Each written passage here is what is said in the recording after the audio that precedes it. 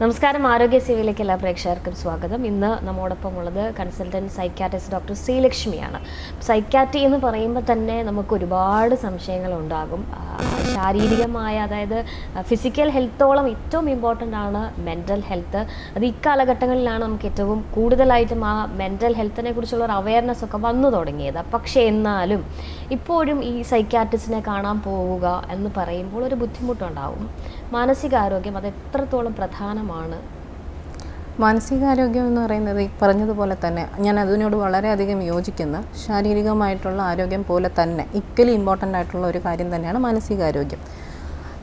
ഇപ്പോൾ എന്നാലും ഈ വർഷം ഈ 2023 ആയിട്ട് പോലും ജനങ്ങൾക്ക് ഇന്നും സൈക്യാട്രി കാണിക്കുന്നതിലോടും ഒരു വിമുഖത ഉണ്ട്. അത് കൂടുതലും ഈ സോഷ്യൽ സ്റ്റിഗ്മ എന്ന് പറയുന്ന ഒരു ബുദ്ധിമുട്ട്, ഒരു നാണക്കേട് പോലെ ഒക്കെ ഉണ്ട്. പക്ഷേ അതിൻ്റെ ഒരു ആവശ്യമില്ല. നമ്മുടെ ശരീരത്തിൽ ഏതൊരു അവയവം ഉള്ളതുപോലെ തന്നെ ഇപ്പം നമുക്കൊരു ഹൃദ്രോഗം വന്നാൽ നമ്മൾ ഓടിപ്പോയി ചികിത്സിക്കത്തില്ലേ? ഒരു ബ്രെയിൻ ട്യൂമറോ അല്ലെങ്കിൽ ലിവറിന് എന്തെങ്കിലും പ്രശ്നം വന്നാൽ നമ്മൾ പോയി ചികിത്സിക്കത്തില്ലേ? അതുപോലെ തന്നെ മാനസിക രോഗമെന്ന് പറയുന്നത് ഒരു ബ്രെയിൻ ഡിസോർഡറാണ്. അപ്പോൾ അതൊരു ശരീരത്തിലെ ഒരു അവയവമാണെന്നും അതിനെന്തെങ്കിലും ബുദ്ധിമുട്ട് വന്നു കഴിഞ്ഞാൽ അതിനെ കൃത്യമായിട്ട് തക്കതായ സമയത്ത് ചികിത്സ കൊടുക്കണമെന്നും ഒക്കെ ഉള്ളൊരു അവയർനെസ്, അത് നമ്മളിപ്പോൾ ഈ മെൻ്റൽ ഹെൽത്ത് വീക്ക് ഒരു ഒക്ടോബർ ആ ഒരു മന്ത് തന്നെ അല്ലെങ്കിൽ ആ ഒരു വീക്ക് തന്നെ നമ്മളത് അവയർനെസ് പ്രോഗ്രാമായിട്ടൊക്കെ കണ്ടക്ട് ചെയ്യുന്നുണ്ട്. എന്നിരുന്നാൽ പോലും ഇപ്പോഴും ആളുകൾക്ക് ആ ഒരു സ്റ്റിഗ്മ ഉണ്ട്.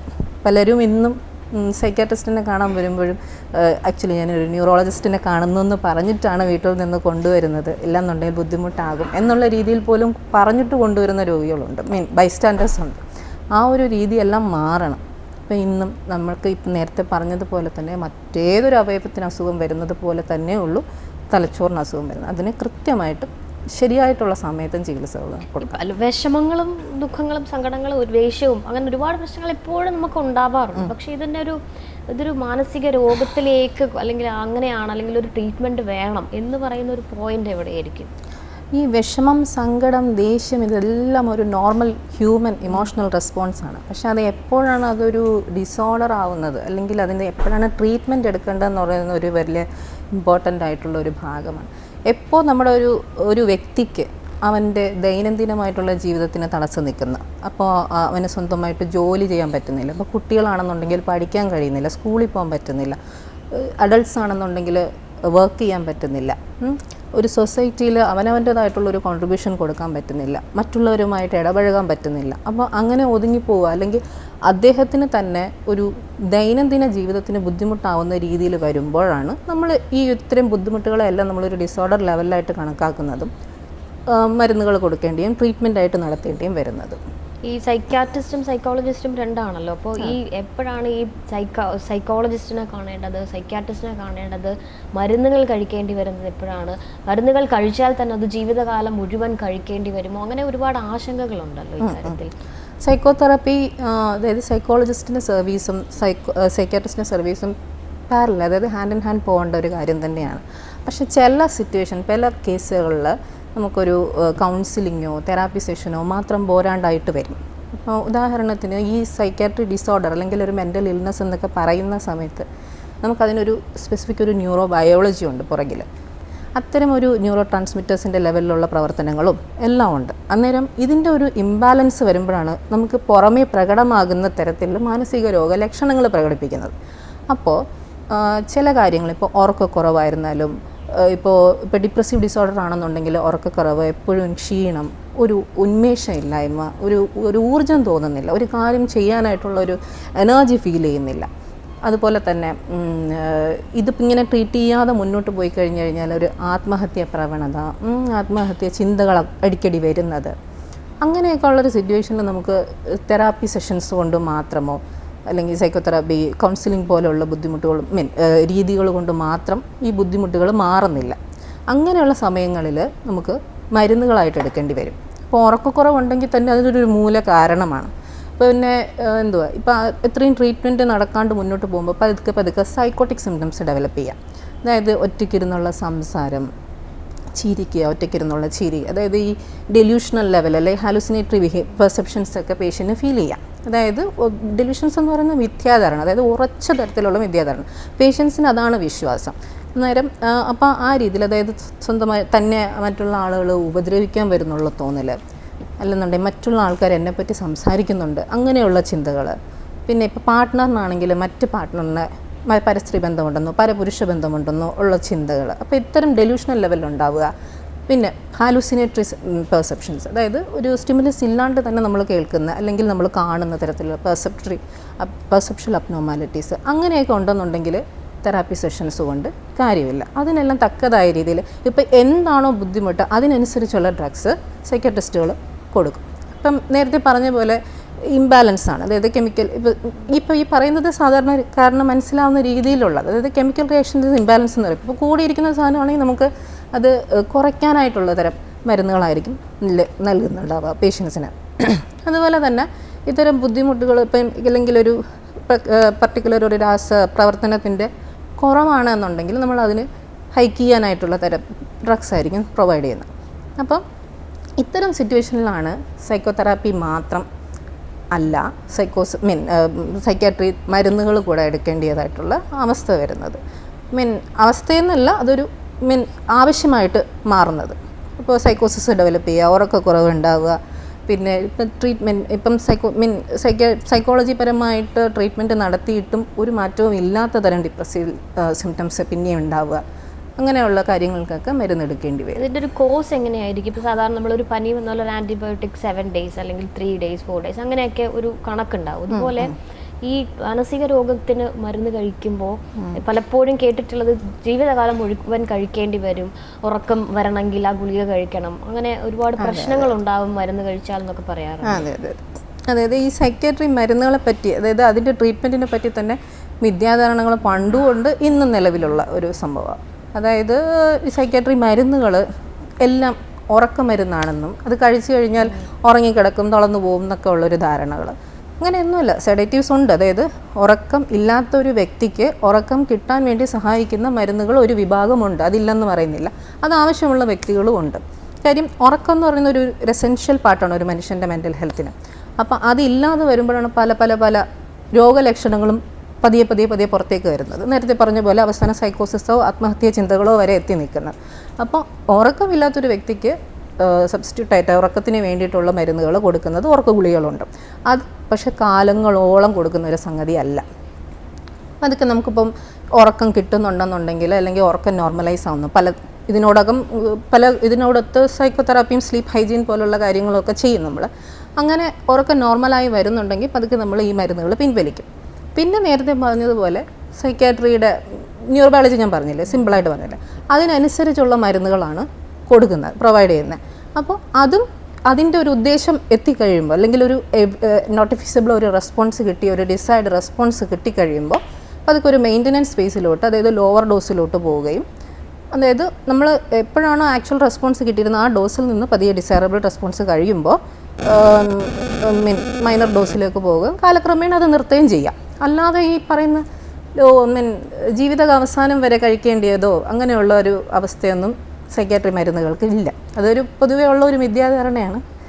ഇപ്പം മനസ്സിനെയാണല്ലോ ചികിത്സിക്കേണ്ടത്. ഇപ്പോൾ ഒരു ഹാർട്ടിന് ഡിസീസ് ആണെങ്കിൽ ഒരുപാട് ടെസ്റ്റുകൾ നടത്തി കണ്ടുപിടിക്കാം ഹാർട്ടിന് എന്തൊക്കെ അസുഖമുണ്ട്. പക്ഷെ ഒരു മനസ്സിന് ആണ് പ്രശ്നം വരുന്നത് ഒന്നുകൊണ്ട് തന്നെ ഒരുപാട് വെല്ലുവിളികളില്ലേ ഒരു സൈക്യാട്രിസ്റ്റിനെ സംബന്ധിച്ചിടത്തോളം? അതെ അതെ, എങ്ങനെയാണ് ആ ഒരു ട്രീറ്റ്മെൻറ്റ് രീതി എന്ന് പറയാമോ?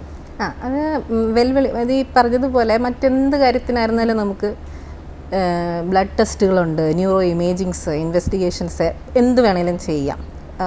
മറ്റ് വിഭാഗത്തിനെ താഴ്ത്തി പറയുന്നതല്ല. പക്ഷേ സൈക്യാട്രിസ്റ്റിൻ്റെ ഒരു സ്പെസിഫിക് ഒരു സ്കില്ലെന്ന് പറയുന്നത് ഒരു നല്ല പ്രോപ്പറായിട്ടുള്ള ഒരു ഹിസ്റ്ററി എടുക്കുക. അദ്ദേഹത്തിൻ്റെ ഒരു ഡെയിലി റുട്ടീൻ തുടങ്ങി അദ്ദേഹത്തിൻ്റെ പാസ്റ്റ് മുതൽ അദ്ദേഹത്തിൻ്റെ ഫാമിലി ഹിസ്റ്ററി മുതൽ എടുത്തു വരുമ്പോഴത്തേക്കും ഒരു 3 ജനറേഷൻ വരെ നമുക്ക് പുറകിലോട്ട് അന്വേഷിക്കേണ്ടി വരും. അത് നമ്മൾ കാലക്രമേണ ഡെവലപ്പ് ചെയ്തെടുത്ത് വരുന്ന ഒരു സ്കില്ലാണ്. അപ്പം എൻ്റെ ഇപ്പോൾ അധ്യാപകരായിരുന്നാലും അത് അവരെ കണ്ട് ആ ഒരു ഹിസ്റ്ററി ടേക്കിങ്ങും ഫിസിക്കൽ എക്സാമിനേഷനും മെൻ്റൽ സ്റ്റാറ്റസ് എക്സാമിനേഷൻ എന്നൊക്കെ പറയും. അതായത് ഒരു വ്യക്തിയുടെ മാനസിക നില പരിശോധിക്കുന്ന രീതിയിലുള്ള എക്സാമിനേഷൻ. അതിന് തന്നെ പല പല തട്ടുകളുണ്ട്, ഒരു 3-4 സ്റ്റേജസ് ഉണ്ട്. അതെല്ലാം വ്യക്തമായിട്ട് മനസ്സിലാക്കി ഒരു വ്യക്തിയെ പഠിക്കുമ്പോഴാണ് നമുക്ക് അവരുടെ യഥാർത്ഥ ബുദ്ധിമുട്ട് എന്താണ്, അവരുടെ യഥാർത്ഥ രോഗം എന്താണെന്നും അതിനനുസരിച്ചുള്ള അഡിക്വേറ്റ് ട്രീറ്റ്മെൻറ്റ്. എന്തിനും കുറേ മരുന്ന് വാരി കൊടുക്കുന്നതിലല്ല, അവർക്ക് എന്താണ് ബുദ്ധിമുട്ട് അതിനനുസരിച്ചുള്ള മരുന്ന് കൊടുക്കുക, അതിനനുസരിച്ചുള്ള സൈക്കോതെറാപ്പി എന്താണോ അതിന് സജസ്റ്റ് ചെയ്യുക എന്നുള്ളതാണ് നമ്മൾ ഡെവലപ്പ് ചെയ്തെടുക്കേണ്ട ഒരു സ്കില്ല്. അപ്പോൾ അതിനനുസരിച്ച് നമ്മൾ പേഷ്യൻറ്റ് ട്രീറ്റ് ചെയ്ത് കഴിഞ്ഞാൽ പെട്ടെന്ന് തന്നെ നല്ല റെസ്പോൺസ് ഉണ്ടാവുകയും ചെയ്യും. ഒരു വ്യക്തിക്ക് അദ്ദേഹത്തിന് ബാക്കി എല്ലാവരെ പോലെ തന്നെ ഒരു നോർമൽ ലൈഫിൽ മറ്റുള്ളവരെ പോലെ തന്നെ ഇൻഡൾജ് ചെയ്യാനും പറ്റും. കൂടുതലും കമ്മ്യൂണിക്കേഷൻ ആണല്ലോ ഈ ട്രീറ്റ്മെൻറ്റിൻ്റെ മെയിൻ പോയിന്റ്. അപ്പോൾ ഒരു അപരിചിതനായ ഒരു ഡോക്ടർ, അപരിചിതനായ ഒരു പേഷ്യൻ്റ് വന്നിട്ട് ഈ കാര്യങ്ങൾ കമ്മ്യൂണിക്കേറ്റ് ചെയ്യുക, അല്ലെങ്കിൽ പുള്ളിയോട് ഈ കാര്യങ്ങൾ അല്ലെങ്കിൽ ഹിസ്റ്ററി, ചിലപ്പോൾ ഏതെങ്കിലും ഒരു പോയിന്റ് ചൈൽഡ്ഹുഡിൽ ഏതെങ്കിലും ഒരു പോയിന്റിലായിരിക്കാം ആൾക്ക് ഈ പ്രശ്നം ഉണ്ടായിട്ടുള്ളത്. അപ്പം അതൊക്കെ എടുക്കാനുള്ളൊരു ബുദ്ധിമുട്ടുണ്ടായിട്ടില്ലേ? അതെല്ലാം നമ്മൾ ഈ പറയുന്ന പോലെ എല്ലാം നമുക്കൊരു ഫസ്റ്റ് സെഷൻ ഇപ്പോൾ പറഞ്ഞതുപോലെ അതൊരു വളരെയധികം ഇമ്പോർട്ടൻ്റ് ആയിട്ടുള്ള കാര്യം. ഡോക്ടർ ആദ്യമായിട്ട് കാണുമായിരിക്കും, ഫസ്റ്റ് മീറ്റിലായിരിക്കും. അപ്പോൾ അതിൽ നമുക്കൊരു സംഗതി റാപ്പ് ഡെവലപ്പ് ചെയ്യുക എന്ന് പറയുന്നൊരു പ്രക്രിയയുണ്ട്. അപ്പോൾ തുടക്കം മുതലേ പേഷ്യൻ്റ് ഇപ്പോൾ നമ്മളടുത്ത് കംഫർട്ടബിൾ, ചിലപ്പോൾ ഇറിറ്റബിൾ ആയിട്ടുള്ള പേഷ്യൻസ് വരും. അപ്പം നമ്മൾ ആദ്യം മറ്റുള്ള ബൈസ്റ്റാൻഡേഴ്സിൻ്റെ അടുത്ത് നിന്ന് മാത്രമായിരിക്കും നമുക്ക് വേണ്ടുന്ന വിവരം ലഭിക്കുക. അവരുടെ പുറമേ ഉള്ള ലക്ഷണങ്ങൾ വെച്ചിട്ടായിരിക്കും അവർ ഇപ്പോൾ ഏത് സ്ഥിതിയിലാണെന്നുള്ളത് നമ്മൾ മനസ്സിലാക്കുന്നുണ്ടാവുക. അപ്പോൾ അതുപോലെ തന്നെ സമയമെടുത്ത്, അതായത് ധാരാളം സമയം നമുക്ക് വേണ്ടി വരും. സമയമെടുത്ത് ഇദ്ദേഹത്തിൻ്റെ ലൈഫ് ഹിസ്റ്ററീസും past history, family history, marriage, occupational, അതുപോലെ സെക്ഷൽ ഹിസ്റ്ററി എന്നൊക്കെ പറയുമ്പോൾ കുറച്ചും കൂടെ സെൻസിറ്റീവ് ആയിട്ടുള്ള ഏരിയ ആണ്. അതൊന്നും ചിലപ്പോൾ നമ്മുടെ ഫസ്റ്റ് വിസിറ്റിൽ തന്നെ പേഷ്യൻറ്റ് പറയണമെന്നില്ല. ഇതിനെല്ലാം ഒരു ക്ഷമയും കാര്യങ്ങളും ഒക്കെ ഉണ്ട്.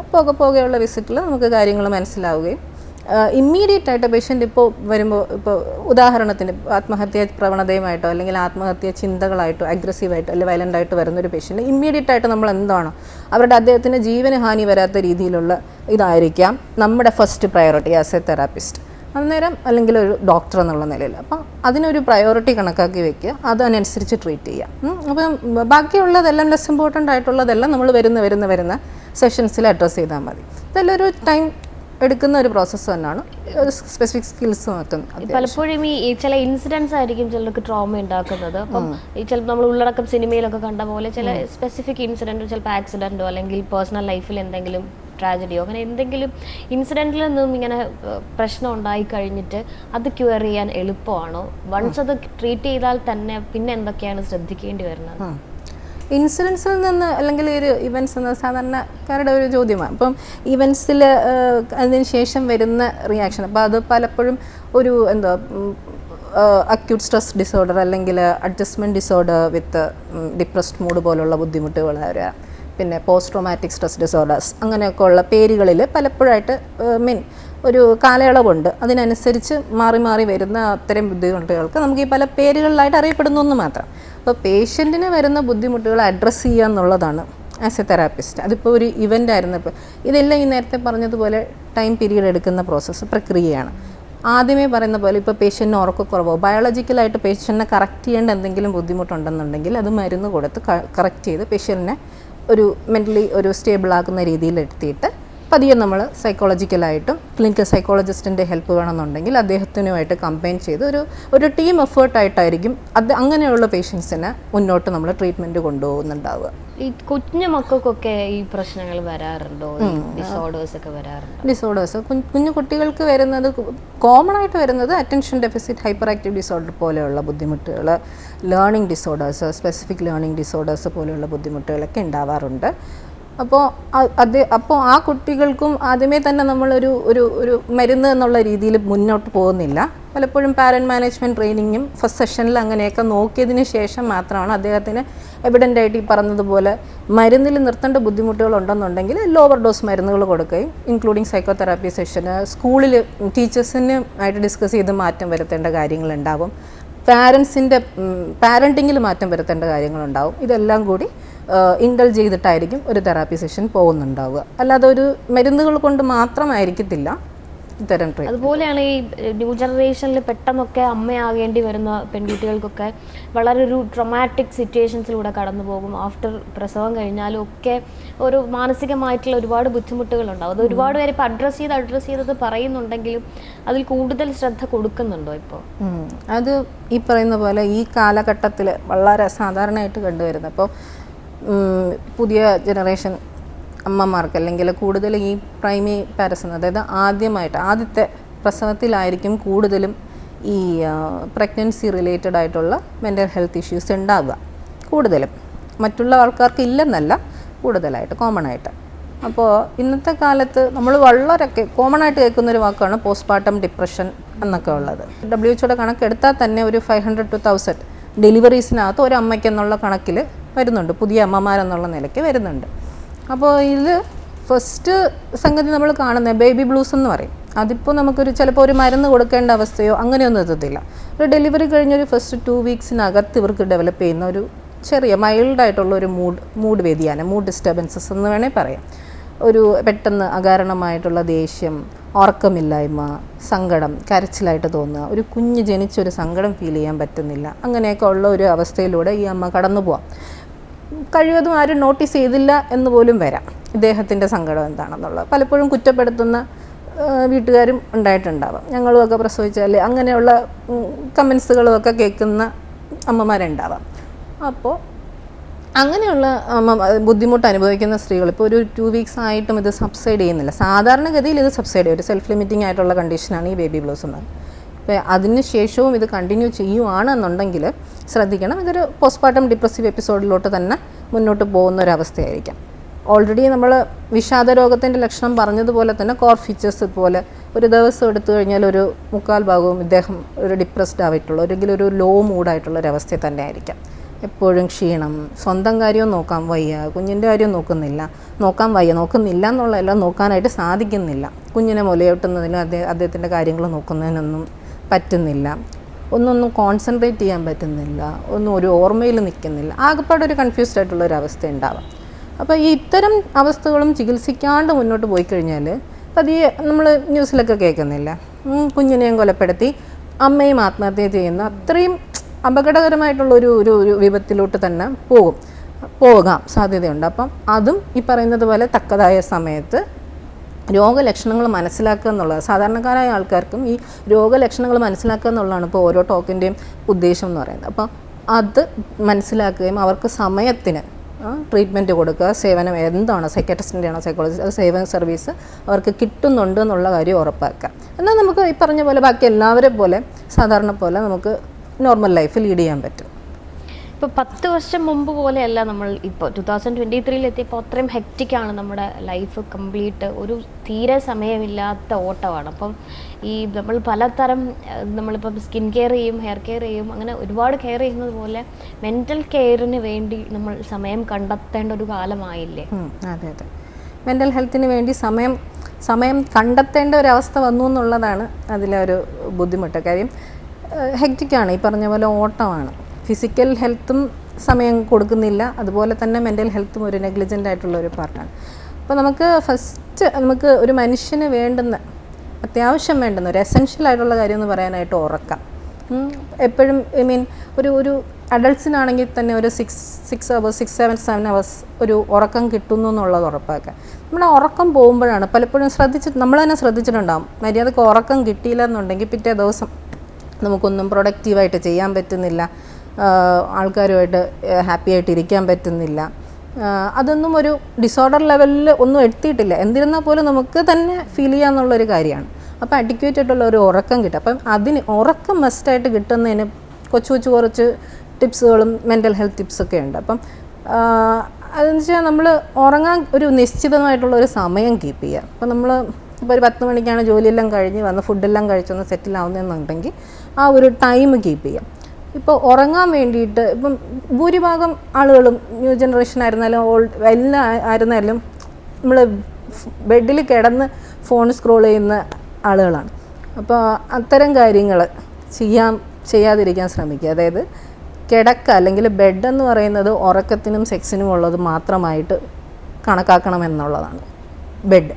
അന്നേരം അവിടെ വന്നിട്ട് ഇപ്പോൾ ബുക്ക് വായിക്കുകയോ അല്ലെങ്കിൽ കിടന്ന് TV കാണുകയോ ഭക്ഷണം കഴിക്കുകയോ അങ്ങനെയുള്ള കാര്യങ്ങളൊന്നും ചെയ്യാൻ പാടില്ല എന്നുള്ളതാണ് എന്നൊരു നല്ല ഉറക്കത്തിൻ്റെ ചിട്ട എന്ന് പറയുന്നത്. പിന്നെ അതുപോലെ തന്നെ വൈകുന്നേരങ്ങളിൽ ഒരു 4 മണിക്കൊക്കെ എല്ലാവരും ചായയൊക്കെ കുടിക്കും, കാപ്പിയൊക്കെ കുടിക്കും.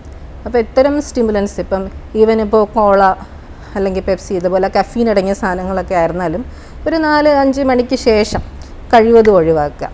ഇപ്പം ഉറക്കമില്ല എന്ന് പറഞ്ഞ് വരുന്ന വ്യക്തികൾ പലരും രാത്രി കട്ടൻ ചായയൊക്കെ ഇട്ട് കുടിക്കും, ഒരു 4-5 കട്ടൻ ചായ കുടിക്കും, പിന്നെ എന്തുവാ കപ്പലണ്ടിയോ മുറുക്കോ അങ്ങനെ എന്തെങ്കിലുമൊക്കെ കുറയ്ക്കുന്ന ആൾക്കാർ. അപ്പോൾ ഇതുപോലെ സ്നാക്കിങ് ആയിരുന്നാലും ഇത്തരം സ്റ്റിമുലൻസിൻ്റെ ഇൻടേക്ക് ആണെങ്കിലും എല്ലാം ഉറക്കത്തിനൊക്കെ എടുത്തുന്ന കാര്യങ്ങളാണ്. അപ്പോൾ അതൊക്കെ ഒന്ന് ഒഴിവാക്കുക. പിന്നെ മദ്യപാനം, പിന്നെ ഫുഡ് കഴിക്കുന്നത്, അപ്പം വയറ് നിറച്ച് ഭക്ഷണം കഴിച്ചിട്ട് കയറി കിടക്കുന്ന സ്വഭാവമാണ് ഇപ്പോഴും ഉള്ളത്. അപ്പോൾ അങ്ങനെയൊക്കെ ഉള്ള കാര്യങ്ങളൊക്കെ ഒന്ന് അവോയ്ഡ് ചെയ്യുക.